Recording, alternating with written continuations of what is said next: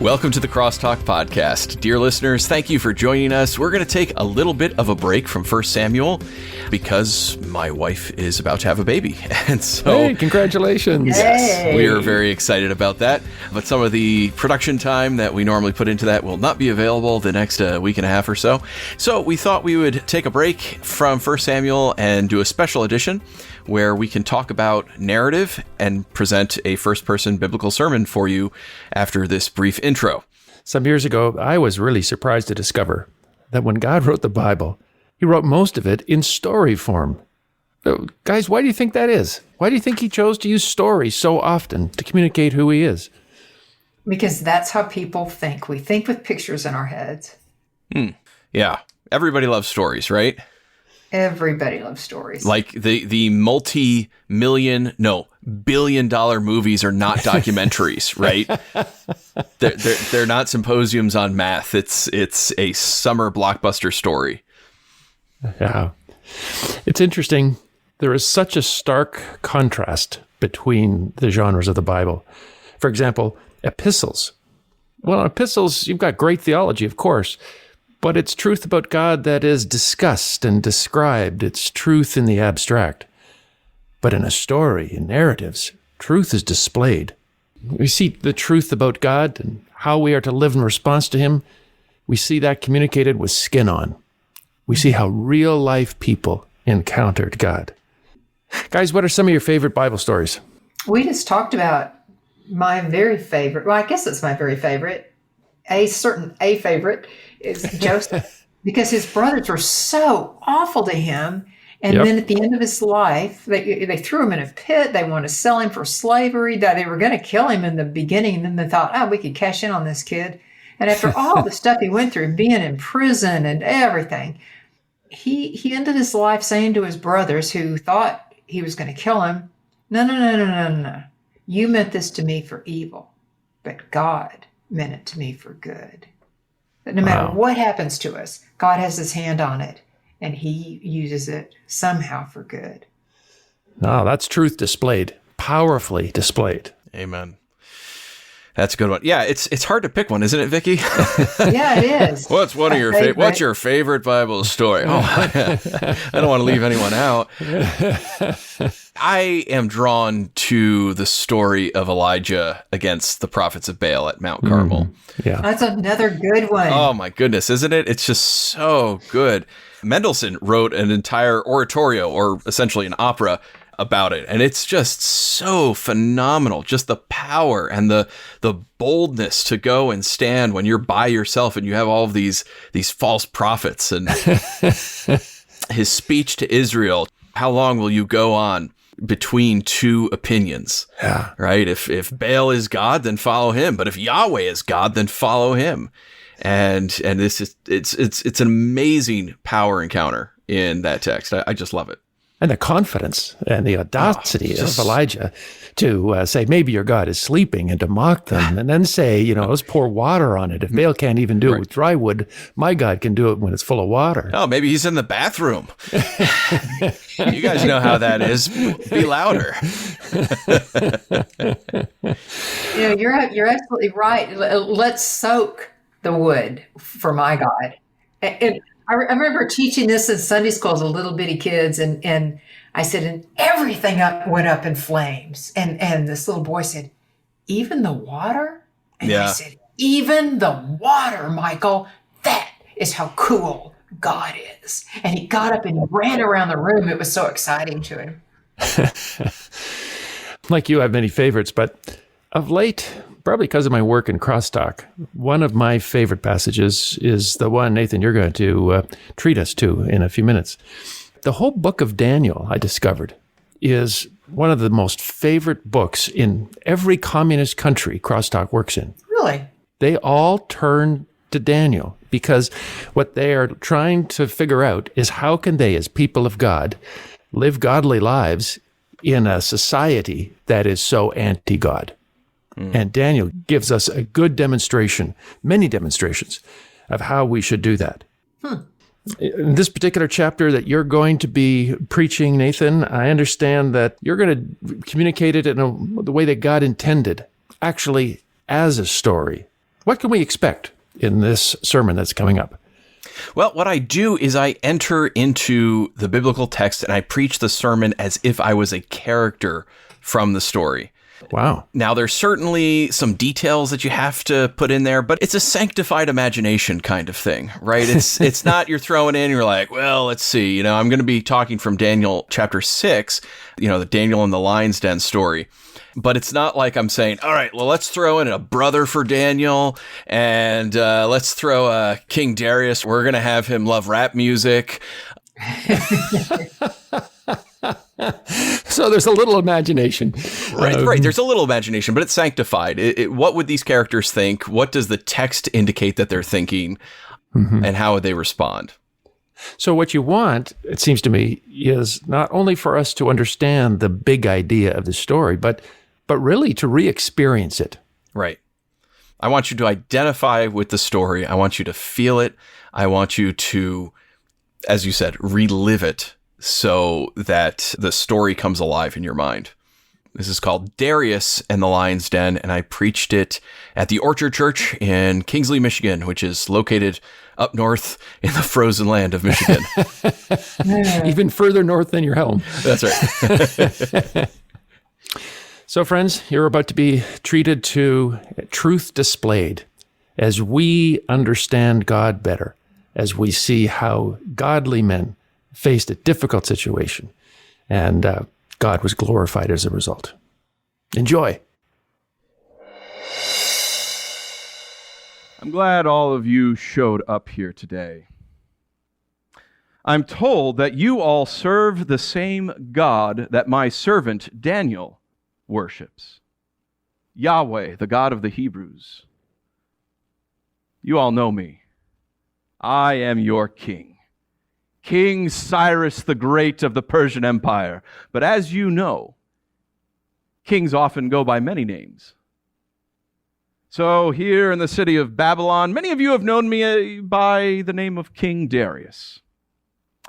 I want to share with you about that first night that I came to power here in the province of Babylon. Many of you were here in that city on that day when that miserable whelp Belshazzar came into power. He was a worthless leader. He was a liar, an assassin, a murderer. He stole from you, his own people, to make his stomach fatter. But even then, I was surprised on the night when the Persian armies surrounded the city of Babylon, that Belshazzar's top general Darius came and defected to my side. Naturally, I thought it was a ruse. I thought it was a trick. But when Darius told me how Belshazzar had murdered his only son in a fit of jealousy over a woman, I could see the pain in Darius' eyes, and I knew he was telling the truth. Darius showed me and my men how we could divert the river running through Babylon, how they could lower the water levels just enough so that we could take a small group through under the gates. With Darius leading them and several of my best trained soldiers, they went under the gates of Babylon into the city, and Darius himself avenged himself against that miserable leader of yours. And you yourselves know, there was no longer a fight, for once Belshazzar was dead, you, former citizens of the corrupt Babylonian Empire, threw the front gates open, inaugurating yourself as citizens in the Persian Empire. Shortly after I came to power here, I knew there was much work to be done. You see, I am a king. I am a conqueror and a warrior. But I am no God. That's why I thought it would be good to appoint 120 satraps to take care of everything happening in Babylon and 3 administrators over them. This is important for a king, you understand. Sure, I could just tell you what I wanted you to do, And then I would have soldiers enforce that and force you to do whatever I said. But then there would be revolution. Then there would be rebellion. And the next would-be king who marched up to your gates, you would open the doors for him and welcome him in. No. I have learned as a king, give the people power and they will serve you well. And because I heard many of the Jewish people had been here for 70 years since they came into captivity from Babylon, I thought it would be good to appoint one of the 3 administrators from one of your own people. Shortly after asking around, I found out there was only one man for the job, your man, Daniel. The only problem was he was old. He was an 80-year-old man. I was reluctant, but as he sat in my presence, his mind was sharp. And I could tell by looking in his eyes, he was a loyal man who would serve me well. I placed him in control of the finances in the province of Babylon. And he served me well over those months. And as we dined together and as he sat at my table, he would share stories about his God and your God, Yahweh. He told me how Yahweh had delivered Israel from slavery in Egypt, and how Yahweh had parted the Red Sea. He told me how Yahweh had given victory to the small Israelite army against the mighty Canaanites in the Promised Land. He even told me about how Yahweh, angry with you, his people, for their unfaithfulness, how he allowed Babylon to take them into captivity. Not that I believe it all. People tend to exaggerate their stories about their gods, don't they? But I watched Daniel as he prayed before every meal, told myself, my men, about this God. I was so impressed with his work as he brought money into the treasury. He was more faithful and more trustworthy than anyone I had known. He was the greatest administrator I had ever had. And I was so impressed, I was getting ready to make him in charge of the entire province of Babylon by himself. A few months into my reign, I was still having problems, as you know. There were minor skirmishes that would break up, and the people were divided and unhappy. And one day, as I sat in my throne room, one of the other administrators, Remus, came in. He was followed by some of the satraps, the other administrator, and he bowed low to me. And Remus said to me, "Oh, King Darius, live forever. I know the problems that you are having here in the province of Babylon and how the people are divided. I know what the problem is, and I have a solution." Of course, I wanted to hear what was going on. Remus said, "It's the priests. It's the priests, my lord. This one worships that God, that one worships this God, and the people are confused, and it creates conflict and tension." And I said to him, "What would you have me do? I won't take the gods away from the people, nor would I dare invoke the wrath of the gods for doing so." And Remus was humble. He was so very humble. He said, "Oh, my lord, make an edict, make a proclamation that for a period of 30 days, the people shall only make prayers or petitions to you, and not through the priests. All prayers and petitions will come through you, O King Darius."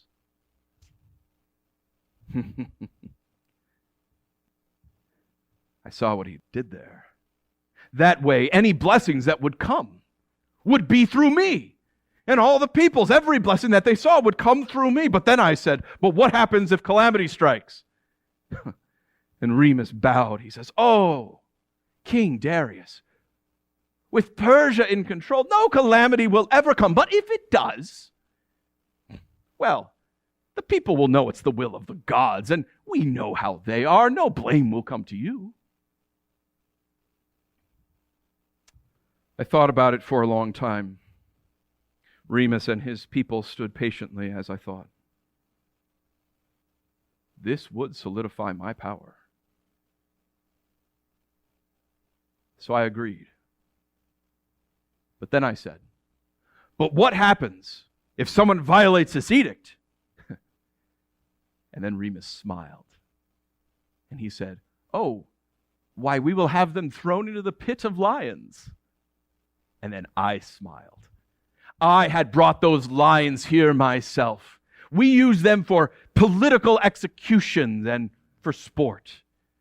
Those lions were more effective torturers than any man I could ever employ. So I agreed. I signed the document, and I made the proclamation.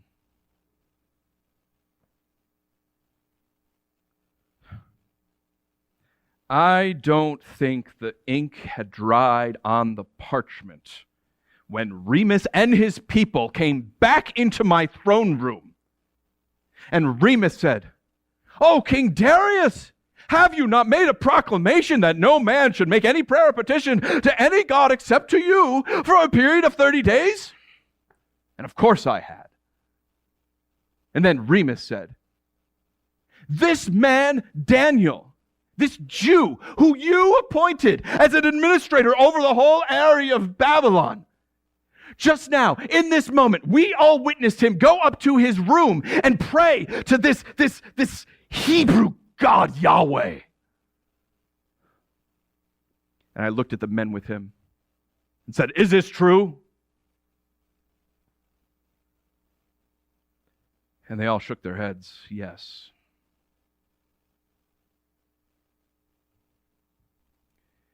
And then I thought a thought that no king, no conqueror should ever think. What have I done? Remus wasn't interested in solidifying my power, bringing my people together. He was jealous of an old man who was better than him and wanted to trap him. I know what you're thinking.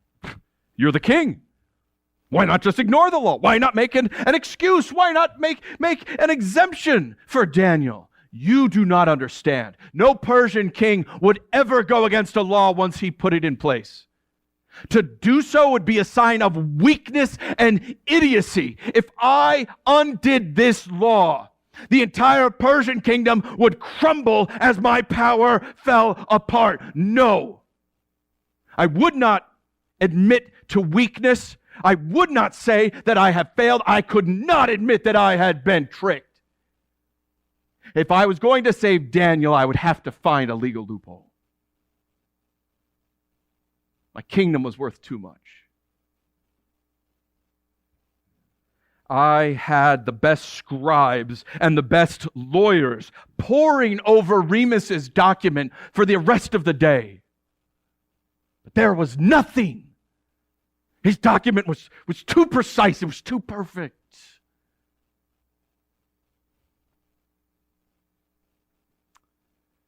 And then as I sat in my throne room,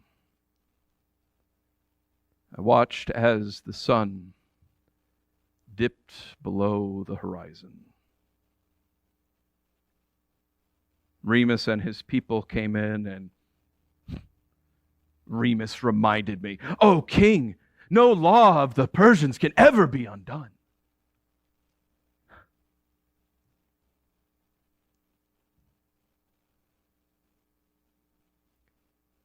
So I said to my guard, "Go find Daniel. Have him thrown into the pit of lions."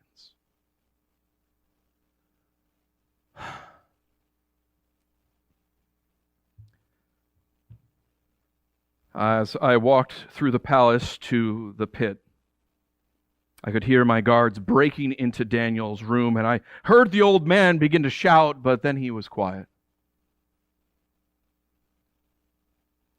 By the time I reached the pit, the guards had already rolled the stone away from the mouth of the den. And I looked in. And as I looked in, I could see their yellow, hungry eyes staring back at me.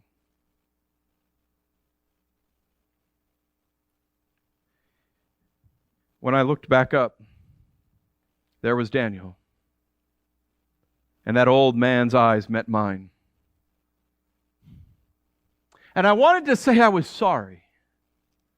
But kings do not apologize. I don't know what he saw in my eyes. But in his eyes, I saw peace. I saw peace as he stood amidst the accusers. I saw peace as he looked at the king that he knew had betrayed him. I saw peace as he knew he would be thrown into the pit of lions and they would strip his flesh off of his body piece by piece and grind his bones to dust. I saw peace. I was about to say something, but the guard pushed him in. I heard a crunch. The soldiers immediately began moving the stone in front of the mouth of the den. I shouted in, "Daniel, the God who you continually serve might rescue you." And then they closed it. Remus had chains drawn across the pit of the lion and their den, and he took hunks of clay and put them between the links in the chains. Without much thought, I took my signet ring and sealed it. No one was to open the pit until morning.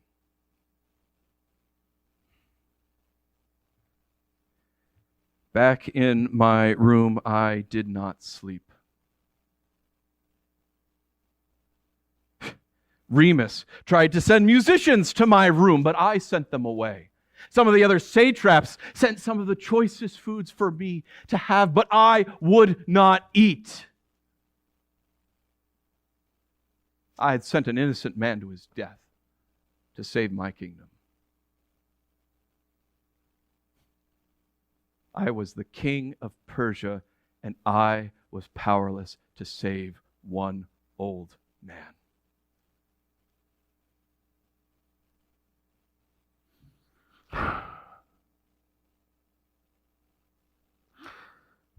After a few hours, I knew.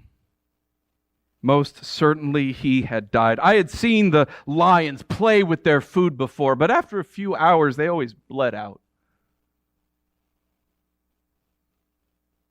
Finally, I watched as morning came, and when the first sliver of sunlight was on the horizon,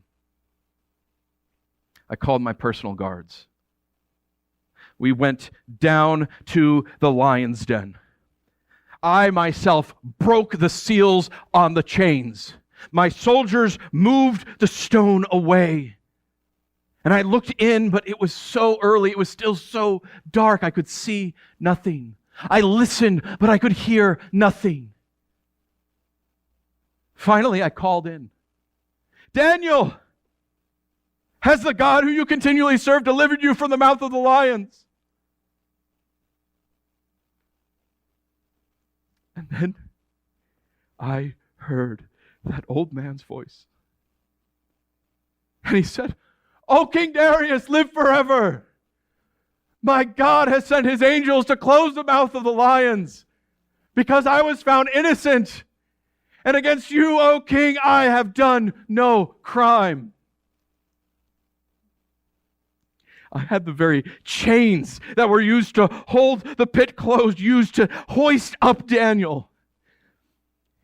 And although it wasn't very kingly, I threw my arms around him and I kissed the old man's neck. And he still had that look of peace in his eyes. And he looked well rested. I had my personal guards bring him back to his room, but I stopped one of them. I told him to gather several soldiers, and while it was still early in the morning, I marched with 12 men at my back through the city of Babylon, and we arrested Remus and all of his people. We marched them through the city to the pit of lions and threw them in one by one. I half expected them to starve down there. After all, the lions hadn't touched Daniel. Maybe they were sick. But as we threw them in, the lions leapt up, ripping the flesh from their body and grinding their bones to dust before they hit the ground. Do you know what I saw that day? Do you know what I saw? When wicked and evil men accuse God's people, God will vindicate his faithful followers. When wicked men accuse God's people, God will vindicate his faithful followers, just like he did Daniel.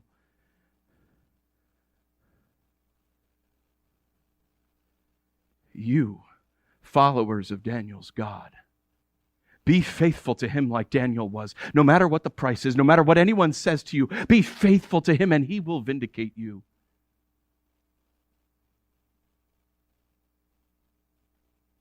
And as you know, I, King Darius, made a proclamation to all of Babylon, to all of Persia, to all the people in all the world, that everyone should fear and tremble before the God of Daniel. For Yahweh is the living God, and his kingdom will never come to an end, and he can perform signs and miracles which no other God can.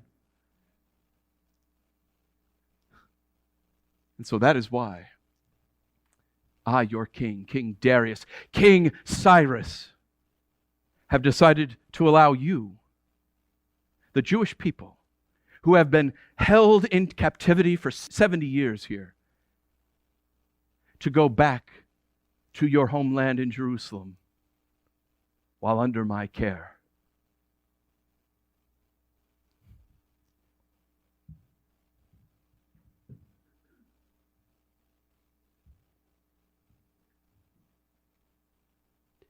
Be sure to be faithful to your God while you're there.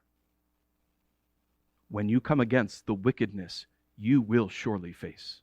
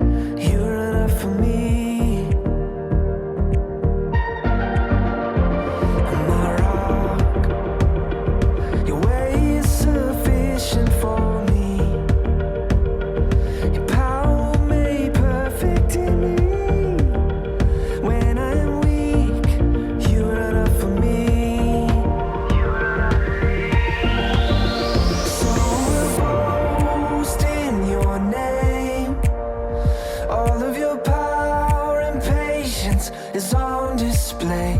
When I am weak, I live.